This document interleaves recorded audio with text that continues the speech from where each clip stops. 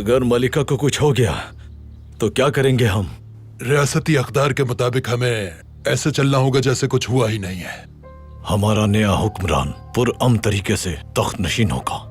बरतानिया की नुमाइंदगी उसी तरह से होगी जैसे कुछ हुआ ही ना हो।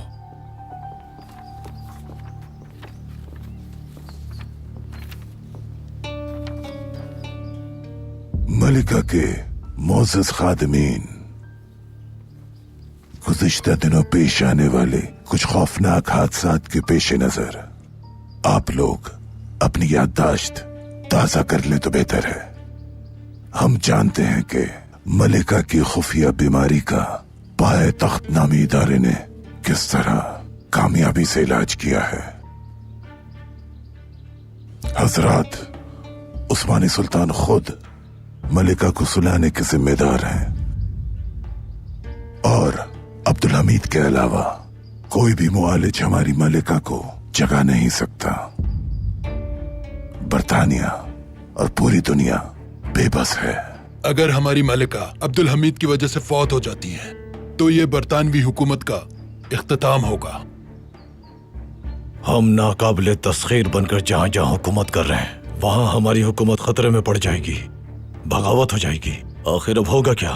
उस्मानिया रियासत को सिर्फ खुफिया जंग के जरिए ही शिकस्त दी जा सकती है, साजिशों के जरिए, वो भी उनके जंगजुओं से दूर रहकर। और कोई चारा नहीं है।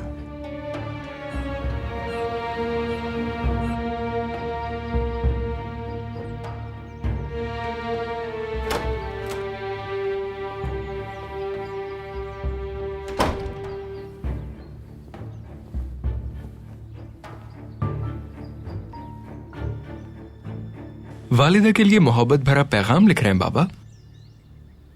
नहीं सबाहद्दीन, अपनी सजाए मौत लिख रहा हूं। पढ़ा मैंने, हैरत अंगेज बयान दिया है, बिल्कुल वैसा ही जैसा अंग्रेज चाहते हैं। हैरत अंगेज था बहुत। अब्दुल हमीद ने पहले ही मुझे घेरे में लिया हुआ था और यही काफी नहीं था कि अब ज़ाहरुफ आफंदी ने भी तंग करना शुरू कर दिया है मुझे। ये बयान मैंने नहीं बल्कि ज़ाहरुफ ने दिया है बेटा। वो भी अपनी जगह ठीक है। वो चाहते हैं कि आप सिर्फ उनके महाज से लड़ाई करें मेरे प्यारे बाबा, लेकिन वो ये नहीं जानते कि बहुत सारे मुआमलात की खबर आपने अब्दुल हमीद को दी है। बिल्कुल, और अब अब्दुल हमीद ही है जो मेरा सर कलम करेगा। सही कहा। और अब आप अपने बयान की तरदीद करें, ये चाहता है वो। लेकिन अगर अब तरदीद करता हूं मैं तो वो पागल ज़ाहरुफ जिंदा नहीं छोड़ेगा मुझे। सबाहद्दीन, अब मैं क्या करूं? मुश्किल सूरत हाल है। हाँ, शायद अब्दुल हमीद के खिलाफ खुलेआम बगावत करने का वक्त आ चुका है।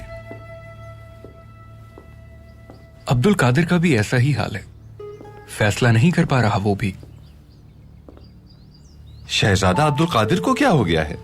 हमारे सुल्तान ने इशारतन कहा है कि शहजादा जाकर आर्मीनियों का सामना करे। ओह, क्या बात है। अब्दुल हमीद शहजादा अब्दुल कादिर को बागियों से मिलने के लिए भेजेगा। सब लोग शहजादे को देखकर दूर ही रुक जाएंगे। बुरहानुद्दीन को भेज नहीं सकता था क्योंकि वो अभी कम उम्र है, जबकि शहजादे अब्दुल कादिर को भेजा जा सकता है। लेकिन वो नहीं जाएगा।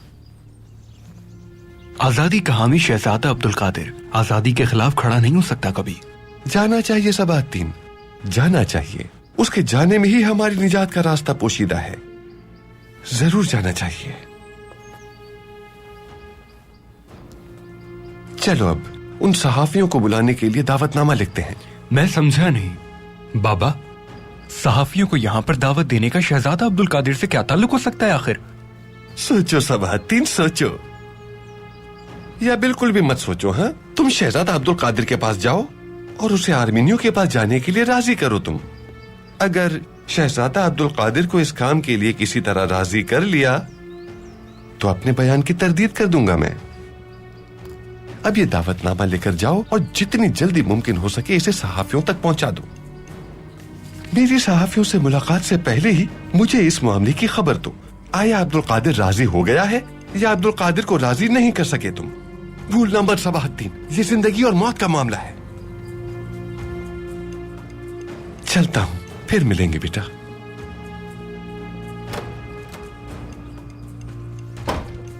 जैसा आपका हुक्म मोहतरम।